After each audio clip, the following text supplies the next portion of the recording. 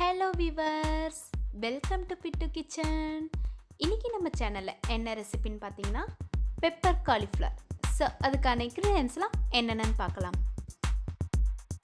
First 10 நிமிஷம் வெந்நீரில் வேக வச்ச காலிஃப்ளவர், 3 மீடியம் சைஸ் வெங்காயம் நைஸாக கட் பண்ணிக்கோங்க, 1.5 டேபிள் ஸ்பூன் மிளகு, 1 டீஸ்பூன் சோம்பு, 1 டீஸ்பூன் சீரகம், 2 மிளகாய், பட்டை, கிராம்பு எடுத்துக்கோங்க, இஞ்சி பூண்டு பேஸ்ட் 1 டேபிள் ஸ்பூன், கருவேப்பிலை எடுத்துக்கோங்க, மஞ்சள் தூள் 1 டேபிள் ஸ்பூன், உப்பு தேவையான அளவு. அவ்வளோதான், இன்க்ரீடியன்ஸ்லாம் ஓவர். நம்ம பெப்பர் காலிஃப்ளவர் எப்படி செய்யலாம்னு பார்க்குறதுக்கு முன்னாடி நம்ம சேனலை சப்ஸ்கிரைப் பண்ணுங்கள், பக்கத்தில் இருக்கிற பெல் பட்டனையும் ப்ரெஸ் பண்ணுங்கள். வாங்க வீடியோக்குள்ளே போகலாம்.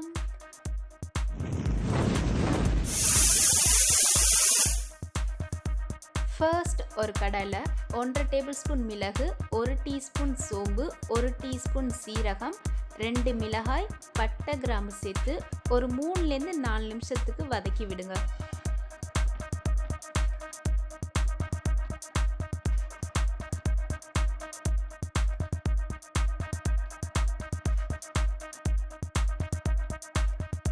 இப்போது இந்த மாதிரி கலர் மாதிரி வந்ததுக்கப்புறம் ஒரு மிக்ஸி ஜாருக்கு மாற்றிட்டு நல்லா பவுடராக அரைச்சி எடுத்துக்கோங்க. இந்த மாதிரி பவுடராக அரைச்சிக்கோங்க. இப்போது ஒரு கடாயில் 2 கரண்டி ஆயில் ஆட் பண்ணிக்கோங்க.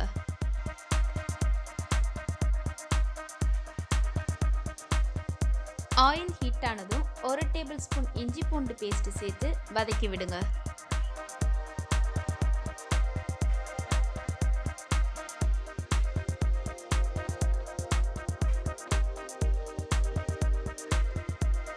இந்த மாதிரி நல்லா வதங்கி வந்ததும் கருவேப்பிலை சேர்த்து வதக்கி விடுங்க.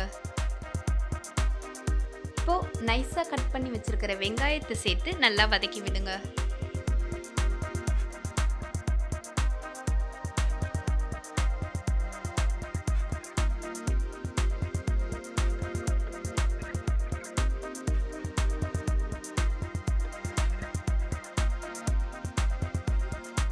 ஓகே, வெங்காயம் நல்லா வதங்கிடுச்சு. இப்போது 1 டேபிள் ஸ்பூன் மஞ்சள் தூள், உப்பு தேவையான அளவுக்கு சேர்த்து மிக்ஸ் பண்ணி விடுங்க.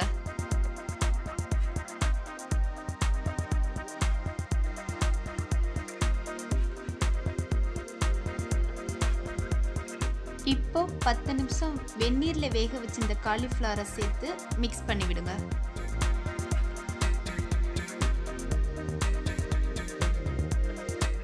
இதை மிக்ஸ் பண்ணதும் நம்ம பெப்பர் பவுடரை இதில் சேர்த்து நல்லா மிக்ஸ் பண்ணி விடுங்க.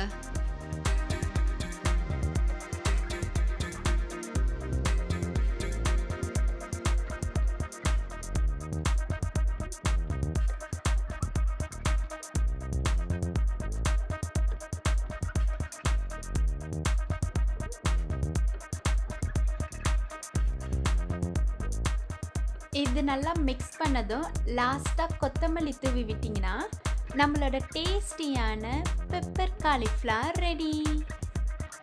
இந்த ரெசிபியை நீங்களும் ட்ரை பண்ணி பார்த்துட்டு உங்களுக்கு பிடிச்சிருந்துச்சுன்னா லைக் பண்ணுங்கள், ஷேர் பண்ணுங்கள், சப்ஸ்கிரைப் பண்ணுங்கள், பக்கத்தில் இருக்கிற பெல் பட்டனையும் ப்ரெஸ் பண்ணுங்கள்.